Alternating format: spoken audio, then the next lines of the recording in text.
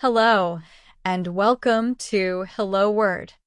I'm your host, Alex, and I'm thrilled to have you join me on another linguistic adventure.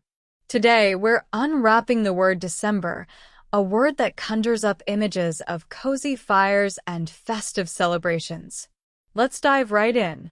December is a noun, and at its core, it simply means the 12th month of the year.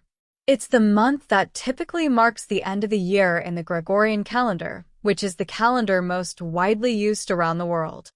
Think of it as the final chapter in the yearly story. You'll hear it used in all sorts of everyday situations. For instance, my birthday is in December, or we're going on vacation in December.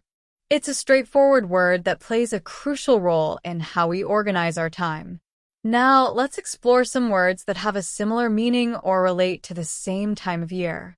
While there isn't a direct synonym for December in the sense of another word for the 12th month, we can think of related terms.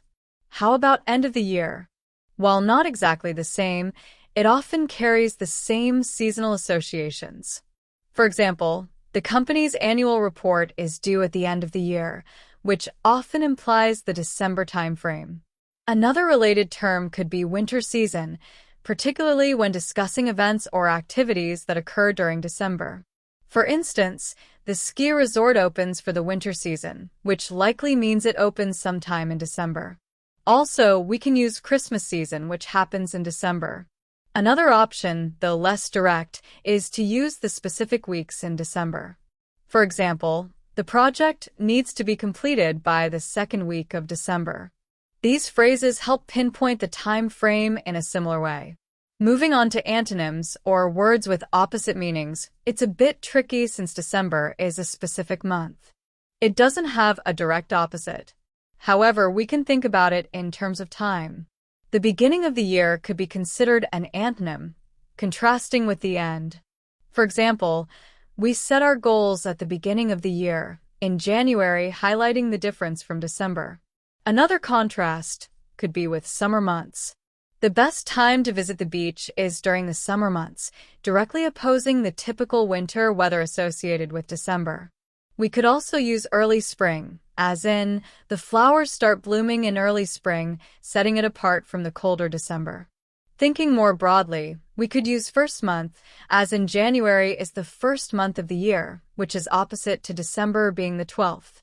In our daily lives, December pops up in numerous ways. The holiday sales start in December is a common phrase. We always decorate the Christmas tree in December. The days are shortest in December. Many people travel to be with family in December. I'm looking forward to the December holidays. Now, let's put December into some more sentences and phrases. The company holds its annual party in December. We're planning a ski trip for December. The deadline for the project is December 31st. She was born in December of 1990. He always feels nostalgic in December. The weather in December is usually cold. Remember to renew your subscription before December.